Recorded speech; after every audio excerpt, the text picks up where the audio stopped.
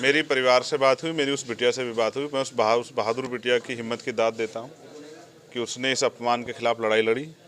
कोई और होता तो शायद कमज़ोर पड़ जाता। 3 दरिंदों के सामने उसने लड़ाई लड़ी, अपने सम्मान की, आत्मसम्मान की लड़ाई लड़ी, खुद को बचाने का प्रयास किया, लेकिन उनकी बाहुबल के आगे वो कमज़ोर पड़ी और उन्होंने उठा के उसको कोल्लू में फेंक दिया। जब लोग इसको सुनेंगे तो उनको डर और दहशत का माहौल बनेगा कि उत्तर प्रदेश में तमाम तरह की कानून व्यवस्था की बात की। सच ये है कि मुजफ्फरनगर का एक परिवार जो बेरोजगारी के कारण, पढ़े लिखे बच्चे उनके परिवार में, अपने घर चलाने के लिए कोल्लू पे जाता है बागपत में, और कोल्लू मालिक 3 लोग उस बेटी को अकेला पाके उसके साथ अन्याय करने का प्रयास करते हैं। वो बहादुर बेटी अपनी लड़ाई लड़ती है आत्मसम्मान की, और जब उनके कब्जे में नहीं आती तो वो उसको उठा के जलते कोल्लू में फेंक देते हैं। वो 60% ज़्यादा जल गई है, लेकिन वो बहादुर बेटी है और वो न्याय चाहती है। वहाँ की पुलिस ने लापरवाही बरती, वहाँ के अधिकारी घोर भ्रष्टाचार में लिप्त हैं।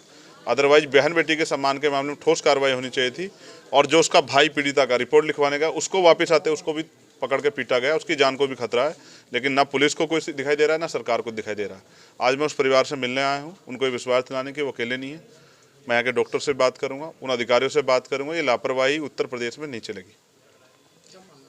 मेरी मांग ये है कि ऐसे अधिकारी, भ्रष्ट अधिकारी, जो पैसों के चक्कर में बहन बेटियों के सम्मान के साथ जो अपमान हो रहा है, अन्याय हो रहा है, उसको दबाने का काम कर रहे हैं, ना कि आरोपी को सजा दिलाने का, उन पर सख्त कार्रवाई हो। उस एसएचओ को सस्पेंड करके उसके खिलाफ मुकदमा लिखा जाए, उसको जेल भेजा जाए, तो उसको एहसास होगा कि किसी की बहन बेटी के साथ अपमान हो और आप लोग चुप बैठें या अपने निजी स्वार्थों में जो है घटना को दबाने का काम करें।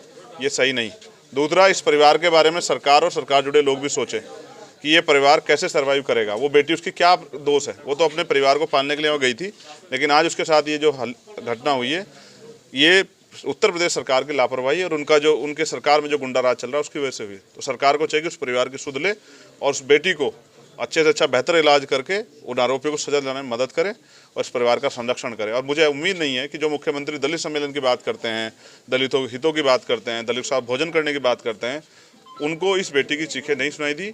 ये मुझे इस बात को लेकर महसूस होता है कि मुख्यमंत्री सिर्फ दलितों की वोट लेने के इस तरह की बातें करते हैं।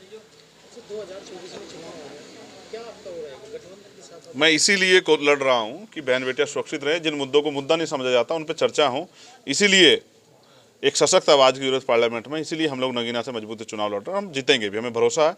कमज़ोर वर्ग, वहाँ से किसान, नौजवान, हर वो तबका जो चाहता है कि कोई मजबूत आवाज़ संसद में जाए जो उनके हितों की रक्षा करे, वो उनको अवसर देने का काम करेंगे। और मेरा प्रयास है और हम लोग बहुत मेहनत करें नगीना में। लेकिन अभी मैं चाहता हूँ इस मामले में न्याय हो, इसलिए मैं वहाँ के अधिकारियों से बात करूँगा। और अभी मैं डॉक्टर से बात करने वाला हूँ कि अब उस बेटी की कंडीशन कैसी है और बेहतर इलाज में किन चीज़ों की जरूरत है। जो कुछ होगी हम लोग उसके लिए काम करेंगे।